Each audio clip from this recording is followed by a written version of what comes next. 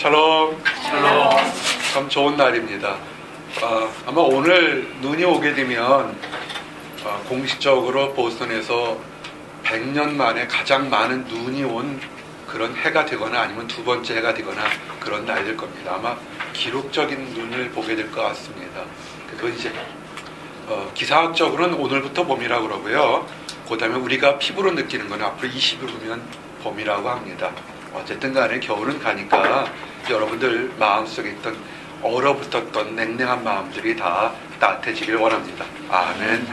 그래서 지금은 사순절 기간입니다. 사순절 기간 동안에 새벽 기도를 하시는 분, 말씀을 읽는 분, 성경을 쓰는 분, 또한 여러 가지 많은 행동을 하시는 분이 있는데 여러분들이 모두 하는 것들에 하나님의 축복이 있기를 원합니다. 아멘. 그래서 오늘 여러분들에게 오늘 이 사순절 기간 동안에 의미 있는 말씀, 하나님의 주제를 함께 나누기를 원합니다. 오늘 주제가 있습니다. 함께 따라합니다. 첫사랑을 회복하라. 첫사랑을 회복하라. 여러분, 이 첫사랑에 대한 얘기를 앞으로 계속 하겠습니다. 첫사랑 얘기하기 전에 교회가 뭐라고 생각하십니까? 우리가 교회 그러면 화려한 십자가가 있는 건물 또는 굉장히 거룩한 성가대가 있는 곳 또는 기도하는 곳 여러 가지 많은 것을 생각할 수 있습니다. 그 많은 것들이 다 교회라는 그런 이미지를 얘기할 때 다 필요한 겁니다. 하지만 성경에서 교회란 것은 가장 근본적으로 나오는, 가장 핵심적으로 나오는 것은 뭐냐면 하나님을 믿는 사람들이 모여 있는 곳, 그것이 교회라고 이렇게 되어 있습니다. 이것이 우리 한번 생각해 볼 것입니다.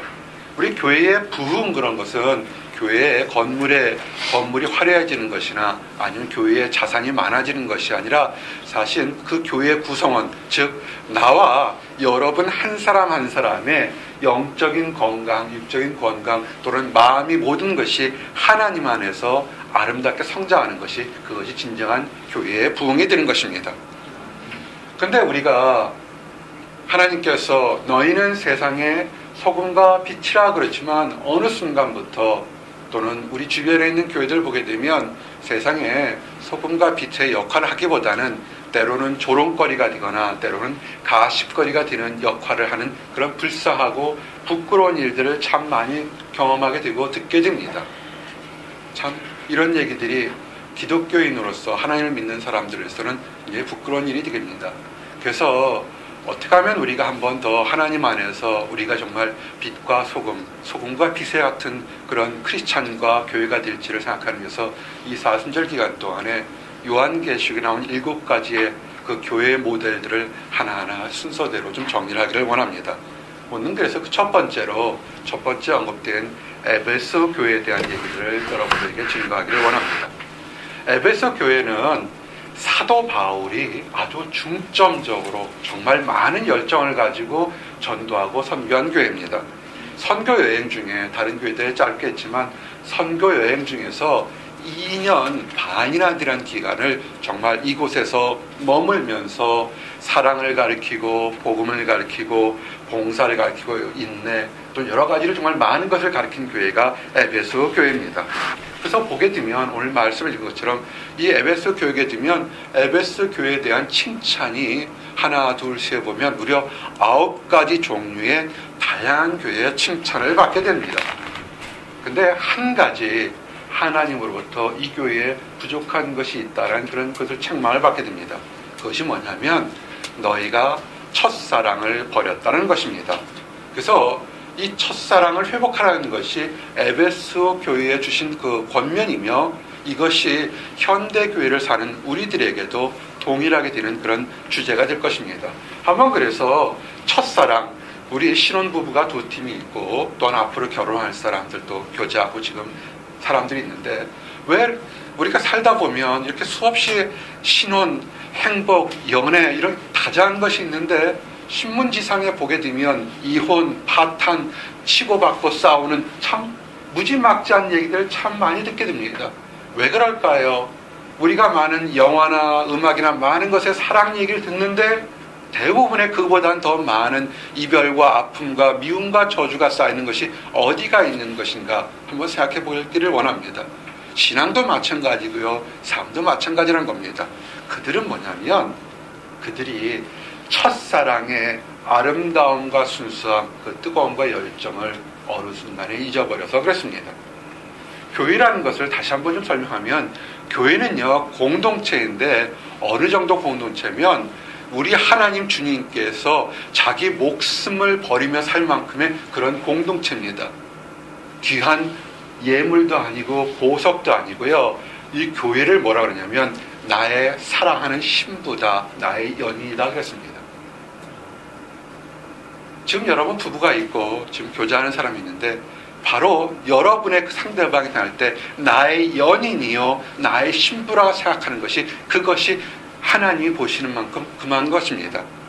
정말 그래서 어느 정도면 교회의 행복, 즉 우리 성도들의 행복, 성도들의 즐거움, 성도들이 환하게 웃는 것, 성도들이 미워하는 것, 이런 희노애락의 모든 것이 누구한테 전달되냐면 우리의 주님께 그대로 전달된다는 것입니다. 주님께 그대로 전달되기 때문에 그 영향이 거꾸로 주님으로부터 축복으로 오고 책망으로 오고 때로는 징계로 동일하게 온다는 것입니다. 여러분, 우리의 삶에서 뭐가 가장 우선되어야 되는 줄 아십니까? 돈을 버는 것이요, 건강을 유지하려고 운동하는 것, 또는 다른 명예를 얻는 것, 그게 부수적인 거 아십니까? 신문을 보거나 방송을 보게 되면 수없이 많은 것에 하루아침에 교통사고나 많은 일들을 통해서 하루아침에 인생이 바뀌는 걸 수없이 많이 보게 됩니다. 부부관계도 그렇습니다. 여러분, 여러분이 하나님의 택한 신부라면, 하나님의 택한 교회라면 여러분 인생에서 가장 최우선해야 될 것은 뭐냐면 그것은 예배입니다. 내가 지금 직장이 문제가 있어서, 학업에 문제가 있어서, 연구가 문제가 있어서, 대인관계 문제가 있어서, 이건 지극히 사소한 것이고, 여러분 안에서 문제가 있는 것은 예배가 회복되지 않으면 하나님이 슬퍼하시기 때문에 여러분에게 돌아오는 것은 책망과 저주와 때문 징벌이 온다는 것입니다. 우리가요, 남녀 사이에서 서로 사랑해서 결혼하지만 아차하는 작은 문제 때문에 이별하고 이혼하는 것을 많이 보게 됩니다. 정말 슬픈 것입니다. 교회도요, 하나님이 택한 신부라고 그러는데도 어느 순간에 그 신부가 신부로서 역할을 하지 못하게 되면, 하나님 눈 밖에 나가게 되면 어느 순간에 하나님께서 영원히 살아간다는 교회가 흔적도 없이 사라지는 것을 보게 된다는 것입니다. 무서운 얘기입니다. 현대교회가 하나님은 사랑이십니다, 사랑만을 너무 강조하다 보여서 사라질지 모른다는 책망에 대한 얘기들을 하지도 않고 듣고 싶어 하지도 않습니다. 그러나 현실은 뭐냐면 하나님의 그 주님의 기준에 맞추지 못하는 교회는 다시 맞출 수 있도록 리모델링을 하거나 아니면 맞추지 못하면 사라져 버리도록 그렇게 허락한다는 것입니다. 교회의 문을 닫을 수 있다는 것입니다. 이 작은 목자는 가끔 답답할 때가 있어요. 신학을 공부하기 전에, 그 전에 생물학을 공부했는데 제가 다니던 대학에 제가 다닌 학과가 없어져 버렸어요. 그 동창회를 가면 어디로 가야 될지를 모르겠어요. 생물학과라는 그 생물학과 사라지고 생명과학과, 유전과학과, 다른 거에서 다 여러 가지 나눠져서 이제는 붕 떠버린 그런 상황이 되어버렸습니다. 직장을 다니신 사람들이 있습니까? 직장에서 통폐합이 돼서 내가 젊을 때부터 목숨을 거쳤던 직장이 하루아침에 날아가 버리고 사라져 버린 경우가 있을 때 정말 황당할 겁니다. 교회가 안 그럴까요? 교회도 마찬가지입니다. 하루아침에 교회가 문을 닫고 사라져 버리는 것이 굉장히 많습니다. 오늘 주신 마지막 말씀, 계시록 2장 7절의 말씀 함께 읽기를 원합니다. 시작.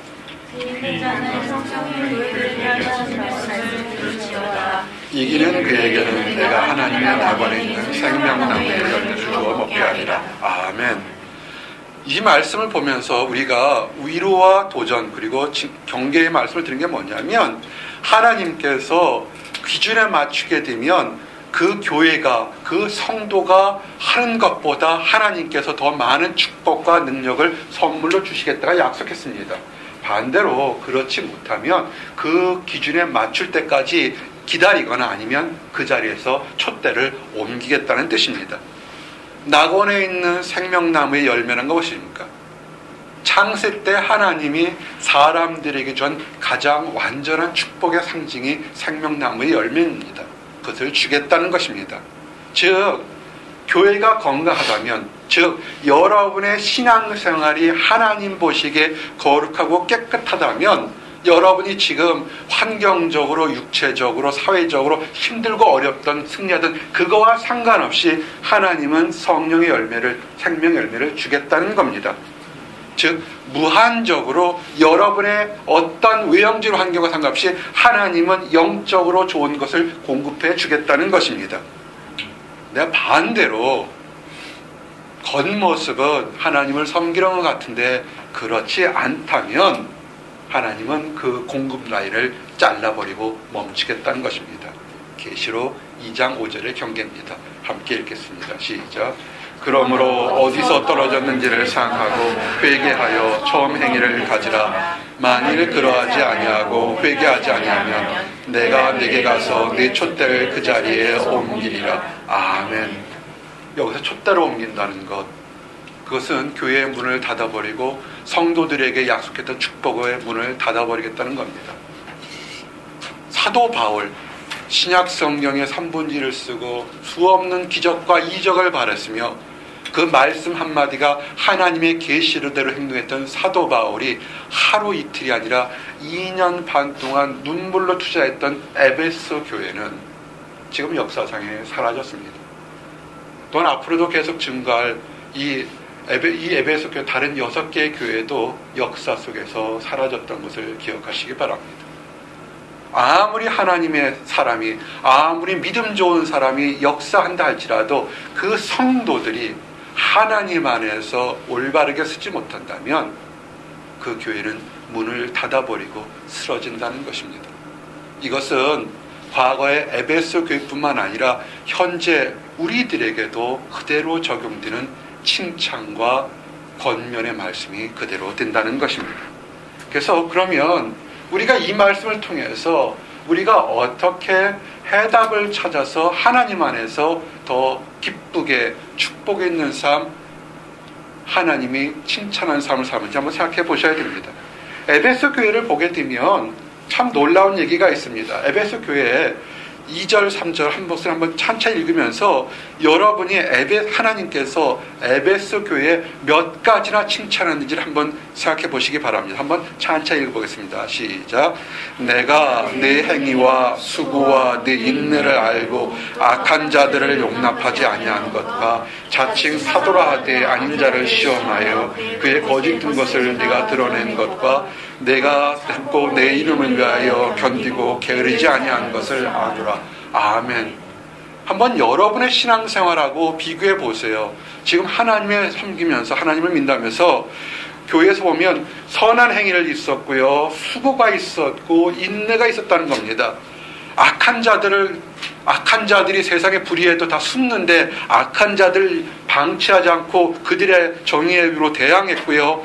거짓 사도들, 그 말 잘하고 능력 있는 사도를 오히려 색출하고 거짓이라고 드러냈고, 또한 그들의 주를 위해서 정말 힘들고 어렵고 참고 견디고 정말 중요한 건 부지런했다는 그런 칭찬을 드렸습니다. 그리고 더욱 중요한 것이 환난과 핍박도 견뎌냈다는 것입니다. 정말 이런 칭찬받는 것, 이런 일을 지금 현재 하고 있다면, 이런 성도가 있다면 성자 소리 들을 것이며 그 교회는 엄청나게 훌륭한 교회가 될 것이라고 칭찬하는데 전혀 부족함이 없는 교회일 겁니다. 이런 교회 정말 얼마나 있을까요? 지금 인내를 하며 환난을 참으며 다른 사람들에게 옳고 그름을 분별하며 선한 일을 베풀고, 그런데 하나님은 이 교회에서 정말 이렇게 훌륭하고 우리 눈에 보기에는 훌륭할 텐데 이 교회 뭐냐면 부족하다 얘기한 것입니다. 그 부족함이 지나쳐서 이 교회가 결국 회복되면서 결국은 영영 역사 속으로 사라졌던 것입니다. 그것이 뭐였습니까? 첫사랑의 그 사랑의 순수함과 기쁨, 열정을 잊어버렸다는 것입니다. 9가지가 잘했는데 한 가지가 더 치명적인 약점이 있기 때문에 그 치명적인 약점 때문에 9가지 잘한 것이 다 묻히고 사라졌다는 것입니다. 따라하십시오. 저를 보고 따라하시고 하나님 앞에 따라하시기 바랍니다. 예배를 회복하자. 예배를 회복하자. 아무리 다른 것들 사람들에게 잘하고 하더라도 예배가 회복되지 않으면, 인생의 우선순위가 회복되지 않으면 그 사람의 신앙생활은, 그것은 그렇게 중요하지 않다는 것입니다. 하나님의 눈에서. 사람들의 눈에는 중요하고 열정적이고 존경받을지 모르겠지만 하나님 눈에서는 그렇지 않다는 것입니다. 우리가 한번 생각해 보셔야 돼요. 방언을 하고 예언을 하고 엄청나게 많은 재물을 하나님께 바치고 봉사하고 구제한다 할지라도 그 사람이, 그 교회가 하나님 안에서 구원의 첫사랑의 그 즐거움을 잃어버렸다면 한번 생각해 봐야 될 것입니다. 한번 여러분의 이해를 돕기 위해서 들어봤던 한 예화를 하나 소개하기로 합니다. 아마 못 들어보신 분도 있을 줄 압니다. 해안가입니다. 늘 해안가 주변에 작은 암초들이 있어서 그것을 알지 못하고 오는 배들에게 계속해서 그대로 오게 되면 파손이 되는 그런 곳이 있었습니다. 이 위험한 해변에 아주 볼품없는 작은 인명구조대가 있습니다. 건물이라고는 그저 비바람 겨우 막을 수 있는 조그만 오두막이 한 채가 있었고, 그 바다에 빠진 사람을 구할 수 있는 아주 작은 보트가 하나가 있었습니다. 거기에는 정말 이 동네의 위치가 안 좋기 때문에 바다가 평온하지만 그 바닷속에는 암초가 있어서 바람 불 때는 알지 못하는 배들이 와서 그 큰 배들이 그 암초에 부딪혀 넘어졌을 때 그 사람들을 구하기 위해서 그 생명을 안타깝게 생각했던 소수의 사람들이 인명구조대를 만들었습니다. 이 인명구조대원들은 어떤 가치를 바라지 않고 그들의 생명에, 사람의 생명을 사랑하는 마음으로 그들은 바다를 지켰습니다. 밤이나 낮이나 바람 불거나 폭풍을 칠 때에도 그들은 밤낮으로 지키면서 누가 지나가다가 배가 파손되면 목숨을 걸어서 물에 빠져 죽어가는 사람들을 구제했습니다. 이들의 사랑이, 이들의 열정이 이제 서서히 알려지기 시작했습니다. 많은 사람들이 알려주고, 야, 대단하다. 어떻게 그렇게 비바람 치는데 목숨을 걸면서 다른 사람을 구해줄 수 있을까? 대단하다. 나도 한번 거기에 동참하고 싶다. 그래서 이 인명구조대는 그 마을뿐만 아니라 그 일대 지역에 굉장히 유명해졌습니다. 이제는 소수의 사람들이 있었는데 많은 사람들이 그 인명구조대에 동참하겠다고 이렇게 모였습니다. 사람이 더욱더 많아지니까 이 인명구조대는 그 이름이 알려진 게 굉장히 빠르게 그 동네 일대에, 그 지역 일대에 다 알려졌습니다. 구조된 사람들은 열심히 구조대를 돕기 위해서 시간도 제공하고 돈도 제공하고 물질도 제공했습니다. 이제는 예전에 그 초라한 보트가 아니라 큰 보트를 졌습니다. 그리고 새로운 그 인명구조대 사람들을 훈련시켜서 더 많은 승무원들이 사람들을 잘 구조할 수 있도록 훈련도 되었습니다. 이 작은 구조대가 점점 커졌습니다. 사람이 점점 커지다 보니까 배도 더 이쁘고 멋있는 배가 되다 보니까 첫 번째 눈에 들어오는 것이 뭐냐면 인명구조대가 있었던 그 낡고 냄새나는 그 작은 건물이었습니다. 그래서 사람들은 생각했습니다. 아, 우리가 이것을 구조하는데 이 건물이 너무 낡고 볼품없다. 우리가 시설이 빈약하니까 좀 멋진 건물을 좀 짓자. 그래서 많은 사람들은 그 건물을 짓기 시작했습니다. 바다로부터 구조된 사람들이 와서 좀 편히 쉴 수 있도록 그 라운지도 있고 소파도 갖다 놓고 침대도 갖다 놓고 여러 가지 건물 짓다 보니까 건물이 굉장히 크고 화려해졌습니다. 그러면서도 계속 일을 했습니다. 근데 어느 순간에 그 건물이 더욱더 화려해지고 멋진 곳이 되다 보니까 사람들이 굉장히 많이 몰리면서 그 장소는 인명구조대보다는 사람들을 만나는 서로 화합의 장소, 사교의 장소가 되었습니다. 사교의 장소가 되다 보니까 사교의 장소에 걸맞게 더욱더 멋진 조각품도 갖다 놓고 꽃들도 갖다 놓고 화단을 만들기 시작했습니다. 그래서 사람들은 더욱더 많이 모이기 시작했습니다. 그러다 보니까 바다에 나가서 밤에 나가서 폭풍을 칠 때 비바람 칠 때 사람을 구조하는 것이 점점 귀찮아지기 시작했습니다. 그리고 그 위험한 일을 하는 것을 점점 싫어하기 시작했습니다. 이제 사람들의 가운데서 두 가지 의견이 생각했습니다.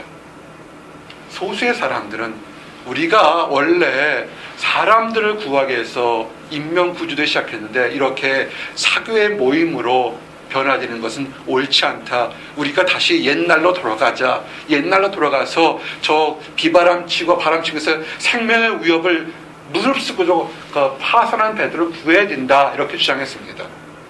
근데 또 다른 사람들은 아니다. 이제는 그것은 우리가 할 게 아니라 다른 원하는 사람들 시키고 우리는 이제 여기서 더 편안하게 아름다운 교제와 정보를 나누자 이렇게 했습니다. 두 의견이 맞서기 시작했습니다.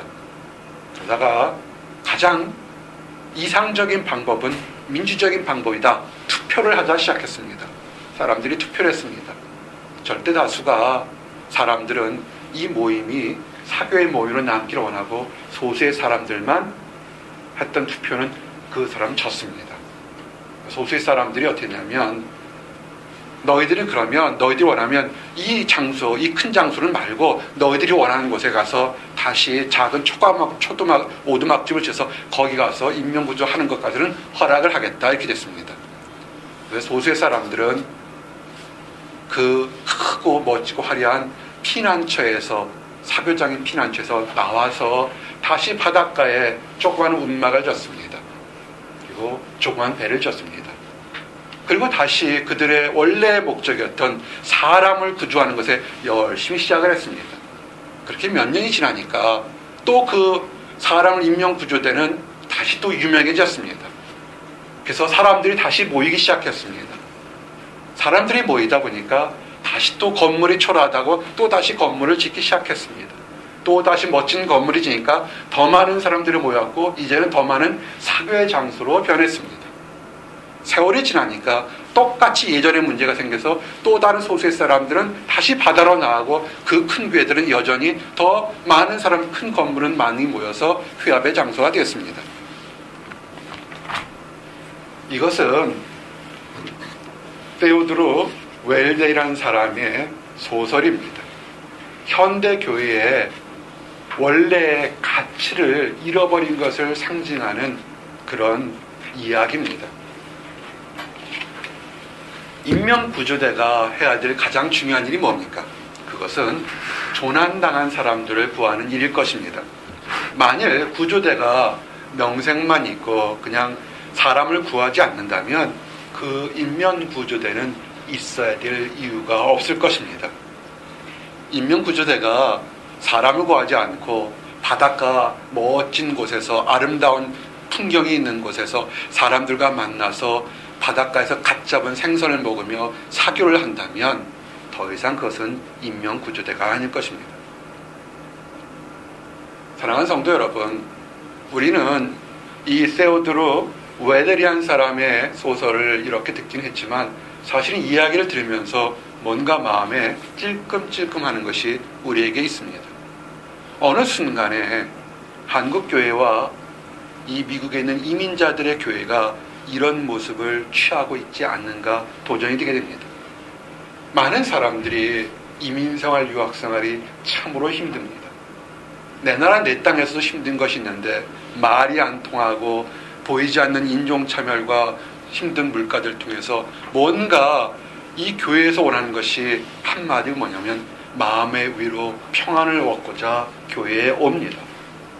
중요한 걸 겁니다. 교회의 특성상 온 사람들에게 마음의 평안이 되고 새로운 정보를 주고 전혀 알지 못하는 사람, 이 낯선 곳에서 만나기 어려운 다른 사람을 손쉽게 만날 수 있는 사교의 장이 되는 것은 굉장히 중요한 것일 것입니다. 그러나 한 가지 좀 심각하게 진지하게 생각해 봐야 될 것은 뭐냐면 교회라는 것은 사교가 1번이 되는 것이 아니라 교회는 하나님 말씀이 전파되면서 죽어가는 사람, 잃어버린 사람의 영혼에 새로운 곳을 구원하는 것이 바로 교회라는 것입니다. 이것을 잃어버린다면 그것이 건물이 아무리 화려하고 아무리 오랜 전통을 갖는다 할지라도, 거기에 수없이 많은 사람이 있는다 할지라도, 에베소 교회가 그 뛰어난 유명한 지도자 사도 바울이 설교했던 그 교회가 역사 속에서 완전히 사라진 것처럼 우리가 지금 섬기는 교회가 그렇게 사라질 수 있다는 것입니다. 본질로 돌아가기를 원합니다. 마태복음 28장 19절 20절, 예수님께서 우리들에게 주셨던 가장 큰 사명이 뭡니까? 그러므로 너희는 가서 모든 민족을 제자로 삼아 아버지와 아들과 성령의 이름으로 세례를 베풀고 내가 너희에게 분부한 모든 것을 가르쳐 지키게 하라. 볼지어다 내가 세상 끝날까지 너희와 항상 함께 있으리라. 아멘. 우리를 이곳에 고향 땅에서 살던 고향 땅에서 정지구의 정반대인 보스턴 땅으로 불렀던 것은 뭐냐면, 이곳에 있는 사람들, 언어가 다른 사람들에게 말씀을 전하며 그들에게 복음을 전하라고 우리를 선교사로 불렀다는 것을 기억하시기 바랍니다. 여러분은 자비랑 선교사입니다. 여러분은 캠퍼스에서, 여러분은 가정에서, 여러분 직장에서 복음을 전하는 선교사서 교회로서 여러분을 불렀다는 것을 기억하시기 바랍니다. 여러분, 예배가 회복되어야 됩니다.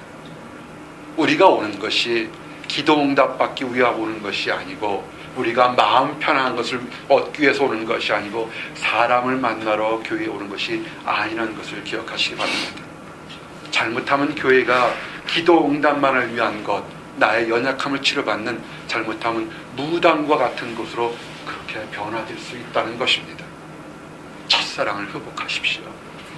예수님께서 십자가에 죽기까지 순종하면서 했던 것이 뭐냐면, 죽어가는, 하나님을 알지 못해서 죽어가는 사람들을 구원하는 것이 이것이 역할입니다. 어느 순간부터 내가 먹고 사는 것, 좀 더 내가 살고 있던 공간이 좀 더 넓어지는 것, 내가 들어온 인컴이 좀 더 많아지는 것에만 관심이 있었지, 내 가족이 하나님을 알지 못해서, 내 이웃이, 내 친척이, 내 친구가 하나님을 알지 못해서 죽어가는 것에 대해서 전혀 관심이 없는 첫사랑을 잃어버린 그 모습을 우리가 보이지 않는지 심각하게 생각해 봐야 됩니다. 이것이 마음속에 요만큼이라도 있다면 함께 고백합니다. 회개하자. 회개하자. 회개하자. 회개하자. 회개하십시오. 오늘 이 말씀은 아주 명백합니다. 너희가 어디서부터 원래 그 하나님의 축복을 받아서 떨어졌는지를 생각해 보라는 것입니다. 보스턴 사람들을 뭐라고 부릅니까? 영어로 보스토니안이라고 부릅니다. 이런 거 아십니까? 소크라 베이컨. 소크라테스가 뭐라 했습니까? 너 자신을 알라. 프랜시스 베이컨이 뭐라 했습니까? 아는 것이 힘이다. 소크라 베이컨이요, 새로운 베이컨의 이름이 아니고 너 자신을 아는 것이 힘이다라는 그런 우스갯소리입니다. 이 작은 목자가 여러분들에게 정말 지난 15년 동안 수없이 많이 외쳤던 영어 문장 두 문장이 여러분 뭔지 아십니까? Who am I? Where am I? 라고 했습니다. 내가 누구인지를 아는 것, 그리고 내가 지금 어디에 있는지를 아는 것이 여러분의 힘이고 능력이 된다는 사실을 아셔보시기 바랍니다. 이 사순절 기간 동안에 내가 왜 힘이 없고 축복이 일어나지 않고 내 기도 응답이 일어나지 않는 것은 뭐냐면, 기도하지 않은 것이나 다른 것이 아니라 하나님 안에서의 관계가 지금 뭔가 떨어져 있기 때문에 그런 문제가 생겼다는 것입니다. 여러분 한번 생각해 보십시오. 여러분의 모습을, 거울의 모습을 보고 지금 내가 지금 환하게 웃고 있는지 아니면 찡그리고 있는지. 많은 사람들이요, 이곳에 유학을 오거나 이민을 오거나 방문을 올 때 굉장히 기뻐합니다. 와, 그 수백 년의 전통인 500년 이상의 전통을 지닌 그 유명한 도시 보스턴, 최고의 대학들이 있는 보스턴에 간다. 내가 그곳에서 합격 통지를 받았다. 환하게 웃습니다. 어느 순간부터 그 환하게 웃던 분들이 찡그러지고, 찡그리지는 정도가 아니라 누군지 나만 건드리면 가만두지 않을 정도로 살기란 그런 눈빛을 빕니다. 왜 그랬을까요? 어디서부터 여러분이 그 즐거웠던 기쁨에서 떨어져서 지금 나를 건들기만 할 정도로 이렇게 변했는지를 한번 생각해 보시기 바랍니다. 여러분, 이게 우리 안에 아주 작은 죄가 있다면 그 작은 죄, 큰 죄 때문에 하나님과의 관계가 단절돼서 그렇습니다. 죄는요, 아주 작든 크든 간에 하나님으로부터 오는 그 기쁨과 즐거움을 막는 그런 역할을 하게 됩니다. 누가 주는 걸까요? 사탄이 줍니다. 하나님은 늘 얘기하죠.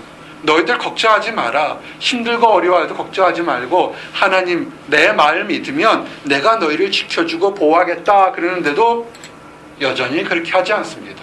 두려워하고 초조하고 미워하고 원망합니다. 그리고 그릇된 길로 달려가려고 합니다. 우리가 사순절 기간 동안에 다른 많은 일것 중에서 성경을 읽자라고 우리 교회에서 주장을 했습니다. 그리고 권면하고 있습니다. 이유가 뭐냐면 요한계시록 1장 3절처럼 이 예언의 말씀을 읽는 자와 듣는 자와 그 가운데 기록된 것을 지키는 자는 복이 있나니 때가 가까움이라. 아멘. 많은 사람들이 복을 받겠다고 다른 것 하지만 가장 중요한 것은 나의 열정이나 나의 행동이 아니라 하나님과 말씀을 듣고 읽고 보는 그 지켜 행하는 곳에 있다는 것을 멀리한다는 것입니다. 새로운 남자친구를 사귀면, 새로운 여자친구를 사귀면, 직장을 잡으면, 집을 사면, 자동차를 바꾸면 행복할 것 같습니까? 그렇게 행복했다면 전 세계 이혼 법정은 없을 거고, 그렇게 행복한다면 전 세계의 폭력 정가는 없어졌을 겁니다. 속지 마십시오. 근데 여전히 속으면서 이 죄에 대해서 물들어가는데요. 처음에 죄가 조금 들어왔을 때는 압니다. 죄가 들어왔을 때 영적으로 무감하게 깨치인다는 것을 어떻게 알 수 있는지 아십니까?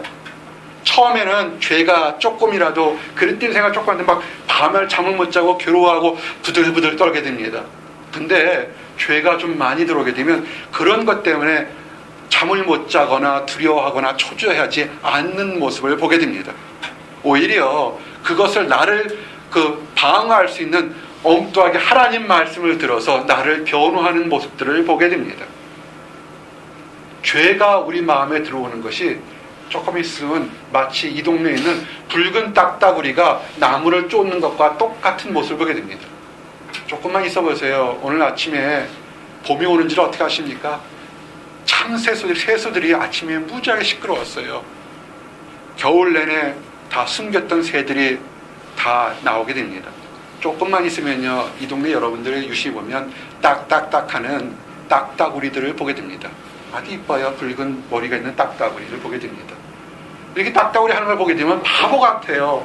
딱딱한 나무를, 우리가 보기에 딱딱한 나무를 열심히 쪄요. 그 얇은 부리를. 저게 바보가 하냐? 머리가 부러지지 않도록 왜 부딪히고 있나? 근데요, 어느 순간 이렇게 지나다 보면 그 아름드리 딱딱한 나무에 요만큼의 구멍이 점점 커져서 나중에는 그 새가 들어갈 만큼의 구멍이 커져 있는 것을 어느 순간 발견하게 됩니다. 유혹받고 죄가 들어오면요, 처음에는 모르는데 어느 순간에 죄가 계속 마음을 뚫고 들어오게 되면 그 안에 웅크리고 살 만큼 큰 집을 줘도 전혀 깨닫지 못하는 것을 알게 됩니다. 죄의 목표가 뭔지 아십니까? 죄의 목표는 하나입니다. 여러분과 하나님의 관계를 단절시키려고 하는 것이 죄의 목표입니다. 죄가 들어왔다고 해서 죽지 않아요. 죄졌다고 해서요, 어떤 학업이 멈추지 않고 죄가 들어왔다고 연구가 안 되는 거 아닙니다. 오히려 잘 될 수도 있어요. 딱 하나. 어느 순간부터 뜨거운 눈물이 없어지고 찬양이 없어지고 감사가 없어지고 하나님의 관계가 멀어지는 것이 죄가 있다는 것입니다. 또 어떤 경우에는 마음속에 쓴뿌리가 있는 것이 있습니다. 영국에 유명한 성자로 이름 부른 스크린빈이라는 사람이 있었습니다. 신학교 다닐 때 우연히 아주 아름다운 자매와 사랑에 빠지게 됐습니다. 믿음이 좋았지 않습니까? 하나님 주신 축복으로 알았습니다. 그래서 이제는 내가 하나님을 열심히 섬기면서 하나님께서 나에게 이렇게 아름다운 자매를 주셨구나 생각했습니다. 근데 불행하게도 이 자매가 몹쓸병에 걸려서 아프다가 죽고 말았습니다. 이 스크림이라는 청년은 내가 하나님에서 내 인생을 다 하나님께 바치기로 서원까지 신학교 왔는데 하나님께서 왜 내 사랑하는 사람을 뺏어갔느냐는 그 미움과 아픔 때문에서 방황의 길을 다니기 시작했습니다. 유랑의 길을 떠나기 시작했습니다. 여기저기 닥치는 대로 마음껏 유랑과 방황을 살다가 그 가슴은 내가 잃어버린 상처, 내가 얻지 못했던 그 하나 때문에 점점 마음은 차가워지고 냉랭해지고 굳어져 가고 있었습니다. 그런 그가 오늘날 교회 문 앞에서 다 떨어지는 옷을 입은 거지가 피투성이가 되어가서 쓰러져 있는 것을 발견했습니다. 거지는 지나가는 스크림분에게 좀 도와달라고 너무 힘들다고 손을 내밀었습니다. 그러나 스크림분은 냉대했습니다. 내가 얼마나 아팠는데, 내가 과거에 잃었던 그 나의 사랑하는 것을 잃었는데 내가 나에게는 사랑 없어 그 거지를 냉대했습니다. 그러던 얼마 후에 이 스크린분의 마음속에 귀에 이런 소리가 들렸습니다. 애야, 내가 너를 얼마나 사랑했는데, 내가 너를 위해서 피 흘려 죽기까지 했는데 너는 나를 위해서 지금 무엇을 하고 있느냐라는 주님의 음성을 들었습니다. 이 스크린분이 자기가 잃어버린 상처로 인해서 하나님에 대한 첫사랑을 잃어버렸다는 것을 깨닫기 시작했습니다. 회개가 일어났습니다. 자신도 모르게 뜨거운 눈물이 났고, 내가 한 사람에게 주렸던 첫사랑을 잃어버림으로 인해서 다른 많은 사람들에게 나눠줄 사랑까지도 잃어버렸다는 것을 이 사람이 발견하게 된 것입니다. 그래서 신적 변화가 일어났습니다. 내가 잘못 살았구나, 내가 뭔 것을 잘못 살았구나. 그래서 그가 그 자기의 잘못 살았던 것을, 회개했던 것을, 그 마음을 그 입 밖에 이렇게 표현했습니다. 죄짐 맡은 우리 구주, 어찌 좋은 친구인지, 걱정 근심 무거운지 우리 주께 맡기세. 이 곡의 저자가 바로 스크린분입니다. 자기가 잃어버렸던, 자기가 사랑했던 것을 잃어버렸기 때문에, 너무 사랑한 것을 잃어버렸기 때문에 다른 많은 사람들에게, 그리고 가장 중요한 하나님께도 마음을 닫았던 것을 회개하고 기록했던 그의 회개의 마음이 바로 이 가사였던 것입니다. 여러분, 회개라는 것은 그저 마음속에 내가 잘못했다는 것으로만 생각하는 것이 아니라 완전히 행동까지도 고치는 것입니다. 목자를 하면서 가끔 안타까운 일이 있습니다. 신앙생활을 많이 했다고 하면서, 회개한다고 하면서도 그들의 말은 회개를 하지만 전혀 그 행동은, 옛 모습은 하나도 변하지 않는 사람들의 모습을 볼 때마다 참으로 안타깝고 슬플 때가 참 많습니다. 여러분, 회개하십시오. 회개라는 것은 변화를 얘기하는 것입니다. 한 번에 사도 바울처럼 완전 인생을 바꾸는 큰 변화가 일어나는 사람도 있을 겁니다. 그렇지만 그렇지 않다 할지라도 어제보다는 오늘이, 오늘보다는 내일이 뭔가 변화되는 모습이 있어야 되는 것입니다. 작은 목자가 살고 있는 아파트에 눈이 엄청 내렸었어요. 바람을 불면서 한쪽 처마는 눈이 없는데 한쪽 처마는 그 이쪽 처마까지 눈까지 사서 정말 지붕이 무너질 만큼 너무나 눈이 많이 사서 정말 이 겨울에 고생을 참 많이, 걱정을 많이 했습니다. 지붕이 무너질까봐. 그때도 요새는 최근에 몇 번씩 지붕을 쳐다봐도 마음이 안 들어가 뭐냐면, 이 추운 날씨 속에서도 눈이 햇살에 녹아서 흐르는 물이 계속 떨어지는 걸 보면서, 눈 부피가 줄어들고 있다는 걸 보면서 그걸 기쁨을 느끼게 됩니다. 여러분, 지금 여러분을 둘러싼 이만큼의 많은 어려움과 힘듦과 죄가 있다 할지라도 한꺼번에 변화되지 않는다 할지라도 주님의 따뜻한 햇빛을 받아서 녹아내리는, 흘러내리는, 변화되는 것이 있다면 그 쌓였던 모든 죄가 어느 순간에 다 사라질 줄 믿습니다. 아멘. 여러분, 죄를 짓지 마십시오. 죄를 지면 하나님은 용서해 주시면요, 죄를 지은 그것 때문에 이 땅에서 그 행위에 대한 결과는 반드시 받게 되어 있는 것입니다. 그래서 죄는 용서받지만 내가 잘못 사는 것 때문에 반드시 거기에 대한 피드백이 오게 되어 있는 것입니다. 다윗이 자기가 그 죄를 짓고서 하나님부터 용서받지만 죄값을 받는 것에 대해 두려움과 공포와 다시는 그렇지 않겠다는 것을 고백한 것이 시편 51편 10절에서 12절 말씀 아닙니까? 하나님이여, 내 속에 정한 마음을 창조하시고 내 안에 정직한 영을 새롭게 하소서. 나를 주 앞에서 쫓아내지 마시고 주의 성령을 내게서 거두지 마옵소서. 주의 구원의 즐거움을 내게 희복시켜 주시고 자원하는 심령을 주사 나를 붙드소서. 아멘. 회복하십시오. 여러분이 세상에 뭘 얻어서 즐거운 것이 아니라 하나님 관계에 회복되지 않으면 여전히 힘들고 여전히 답답하고 여전히 냉랭한 얼음장 같은 곳에서 살 수밖에 없습니다. 다윗이 고백한 것처럼 나를 다시 하나님에 만났던 그 첫 번째 첫사랑 구원의 즐거움으로 회복하게 해달라고 기도하시기 바랍니다. 이제 마지막입니다. 우리가 첫사랑을 회복하고 회개한다면 따라하십시오. 매일 만나를 먹자. 매일 만나를 먹자. 주님이, 우리의 사랑하는 주님이 우리를 신부로 표현했습니다. 교회를 신부로 표현한 것처럼 하나님을 향한 성도 간의 사랑을 보게 되면 마치 부부 간의 사랑과 매우 유사한 점이 굉장히 많습니다. 남녀가 서로 교제해서 결혼해가는 과정하고 결혼 이후의 삶과 굉장히 비슷합니다.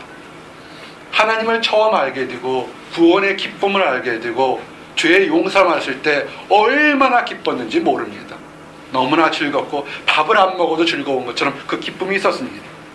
이런 기간, 이렇게 기쁨이 있는 기간에는 하나님 말씀을 듣고 하나님 말씀을 이해하는 것이 매우 매우 쉽습니다. 더 많이 먹게 되고 더 열심히 노력하게 됩니다. 그러면서 그렇게 하나님과의 사랑을 뜨겁게 누릴 때는 내가 집에 있든지 직장에 있든지 일터에 있든지 전쟁터에 나갔든지 어느 순간에는 늘 내가 하나님과 함께 했다는 그런 임재함을, 동행함을 맛보게 됩니다. 근데 어느 순간부터 그것이 하나님과의 기쁨이 사라지면서 무감각해지게 되면 그 처음 느꼈던 첫사랑의 감격이 사라지는 것을 발견하게 됩니다.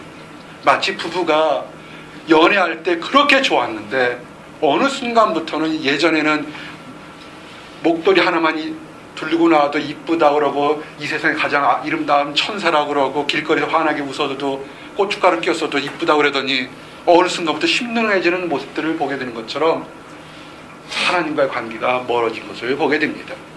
왜 그럴까요? 아마도 그것은 하나님과의 교제와 만남이 점점 멀어지거나 형식적인 것 때문에 그럴 겁니다. 우리가 생각할 때요, 이제 좀 어느 정도 상대방이 안다고 생각하면서 자기 뜻대로 생각하는 것이 굉장히 많습니다. 부부가요, 오래 살면서도 다투지 않고 오래 행복하게 살려면 뭐냐면 서로에 대해서 알아야 됩니다. 내 뜻대로 행동하게 되면 실수할 때가 있습니다. 한 예를 하나 들어드릴게요. 여러분이 이 예를 듣고 이해하시기 바랍니다. 어떤 가정에, 화목한 가정에 아버지와 딸이 있었습니다. 그들은 매우 아버지와 딸이었지만 때로는 좋은 친구 같기도 하고 서로 사랑하며 교제하는 그런 시간들이 많았습니다. 근데 아버지가 어느 날 보니까 딸이 변한 것을 발견했어요. 예전 같으면 어디를 좀 같이 산책 가자 그러면 같이 쫓아도 가고 어디 가서 음식도 먹자라면 같이도 가고 얘기하자면 차 한잔 같이 끓여서 얘기도 하는데 어느 순간부터 딸은 자기 방문을 닫아놓고 방 안에만 있고 아버지와 얘기를 안 하려고 하는 것이었습니다. 아버지는 매우 슬펐습니다. 왜 딸이 무슨 일이 생겨서 나하고 얘기를 하고 싶어 하지 않을까? 왜 예전에는 같이 산책도 다녔는데 왜 하지 않을까? 뭔가 알고 싶었는데 딸은 아무 얘기하지 않고 방문을 잠궈놓고 있어서 더욱더 슬펐습니다. 몇 달이 지났습니다. 이 아버지가 생일이 되었습니다. 딸이 그때 모처럼 얘기를 합니다. 아버지, 내가 아버지를 깜짝 놀라게 하려고 내가 신을 직접 만들었어요. 한번 신어보세요 하고 아주 정교하게 이쁘게 만든 신을 딱 놓는 겁니다. 그때서야 이 아버지는 지난 몇 달 동안 왜 딸이 방문을 잠궈놓고 얘기도 하지 않고 방 안에 있는지를 알았던 것입니다. 그래서 아버지가 이렇게 얘기했습니다. 내 사랑하는 내 딸아, 네가 만들어진 신발은 정말 아름답고 귀하구나. 그렇지만 네가 다음에 만약에 나에게 신발을 선물해 주고 싶으면 언제든지 사서 나에게 주고, 내가 원하는 것은 너는 나와 함께 이해하고 같이 다니기를 원한다 라고 얘기했습니다. 작은 이해합니다. 우리가 어느 순간에 처음 교회를 나오고 처음 하나님을 발견하고 첫 신앙생활 할 때는 늘 기뻐서 말씀을 듣고 찬양하고 기도하는 시간이 있는데, 어느 순간 내가 좀 컸다고 생각할 때는 내 생각대로 이렇게 하면 내 아버지가 하나님 기뻐할 거라고 내 멋대로 행동하는 것이 있지 않는가 생각해 보셔야 되는 것입니다. 너무 바쁩니다. 나 너무 바빠요. 연구가 너무 바쁘고 이성교제가 너무 바쁘고 직장이 너무 바쁘고 가정이 너무 바쁩니다. 하지만 주일날 갈 때는 예전에 가난했던 학생 때보다는 지금 더 많이 받으니까 11조도 드리고 감사원도 드리겠습니다. 봉사도 주일날은 왕창 몰아서 하겠습니다. 물론 그럴 수 있겠죠. 하지만 아버지 하나님이 원하는 건 뭐냐면 매일매일 아침 식사를 하면서 다정하게 얘기하듯이 만나를 먹어가면서 하나님과 교제하기를 원했던 것입니다. 여러분, 그것이 하나님과 중요한 것입니다. 여러분, 우리가 밥 먹는 거, 식사하는 거 굉장히 중요하다고 여러분 얘기했습니다. 부부가 사랑이 어디서 싹트는 줄 아세요? 식사하는 곳에서 싹틉니다. 서로를 사랑하고 나누는 곳에서 싹트기 시작한 겁니다. 내 사랑에서 1년에 한 번 생일날 크게 다이아반지 사주고 크게 멋진 어디 여행을 데려가는 것이 그것이 사랑하는 것이 아니라 매일매일 만나를 먹는 것을 기억하시기 바랍니다. 이스라엘 백성을 광야에서 아무것도 없는 그 황무지에서 40년간 하나님께서 표현한 하나님의 사랑 방법은 뭐였냐면, 매일 아침부터 새벽부터 만나를 주면서 이스라엘 백성들의 만나를 얻기 위해서 광야로 나오는 그 만남을 주셨던, 그것이 사랑 표현이고 사랑을 드러낸 증거였다는 것을 기억하시기 바랍니다. 사랑하는 성도 여러분, 그러므로 이제 우리가 이 세상이 하는 그런 식의 예배 방법이나 그런 방법 말고 하나님이 원하신 쪽으로 돌아가기를 원합니다. 로마서 12장 1절에서 2절 말씀처럼, 그러므로 형제들아, 내가 하나님의 모든 자비하심으로 너희를 권하노니 너희 몸을 하나님이 기뻐하시는 거룩한 산 제물로 드리라. 이는 너희가 드릴 영적 예배니라. 너희는 이 세대를 본받지 말고 오직 마음을 새롭게 함으로 변화를 받아 하나님의 선하시고 기뻐하시고 온전하신 뜻이 무엇인지 분별하도록 하라. 아멘. 사랑하는 성도 여러분, 이제 말씀을 정리합니다. 7개 교회에서 하나님은 칭찬과 권면을 주셨습니다. 그 첫 번째 교회가 에베소 교회였습니다. 에베소 교회는 진리를 아는데, 성경 지식을 아는데 열심을 내었고 열정을 다한 교회입니다. 그런데 중요한 건 뭐냐면, 이 교회는 불행하게도 다른 건 열심히 했지만 가장 중요한 하나님과의 사랑, 하나님과의 첫사랑에서 멀어졌던 교회였습니다. 그래서 그의 예배가, 그의 봉사가, 그의 섬김이 형식적이던 그런 종교적인 것으로 흘렀던 것입니다. 우리에게 이런 일이 일어날 수 있고 일어나고 있는 것을 보게 됩니다. 이제 돌아가기를 원합니다. 우리가 연약하고 부족하다 할지라도 다시 처음 하나님을 알고 처음 하나님의 사랑을 즐거워했던 그 첫사랑의 순간으로 돌아가서 칭찬과 인정받기를 원합니다. 우리가 크리스찬입니다. 크리스찬의 역할은 나만 잘 되고 내가 마음이 평안하고 내 가족만 행복하게 사는 것이 아니라 하나님을 알지 못하는 가족과 이웃들에게 그들의 생명을 구원하도록 쓰임받은 것이 우리의 역할로 돌아가시길 바랍니다. 하나님께서 칭찬받는 나와 여러분이 되기를 예수님 이름 받들어 축원합니다. 기도하시겠습니다. 하나님 감사합니다. 우리가 어디서 떨어졌는지를 생각해 보도록 번면해 주시면 인하여 감사합니다. 열심히 신앙생활하고 열심히 봉사하고 열심히 예물을 드린 것을 우리가 기억합니다. 정말 힘들고 어려운 환경 속에서도 부족한 예배 첫 속에서도 인내를 가지고 기도했던 것, 참았던 것을 기억합니다. 아버지, 그러나 가장 중요한 것, 우리를 위해서 십자가에 죽기까지 사라졌던 예수 그리스도에 대한 첫사랑이 멀어지고 있는 것을 아버지 깨닫습니다. 회개합니다. 자복합니다. 다시 돌아갈 수 있도록 인도하여 주시옵소서. 아무것도 없었어도, 아무것도 없었을 때도 하나님 사랑이 즐거워서 뛰어놓았던 그때로 돌아갈 수 있도록 허락해 주시옵소서. 우리 안에 하나님의 사랑만으로 즐거워할 그때로 회복시켜 주시옵소서. 아버지, 우리 주변에 하나님 알지 못해서 죽어가는 많은 사람들이 있습니다. 아버지, 그들에게 사랑 나누고 생명을 전달할 수 있도록 우리를 사용하여 주시옵소서. 감사합니다. 예수 그리스도를 만들어 기도했습니다. 아멘.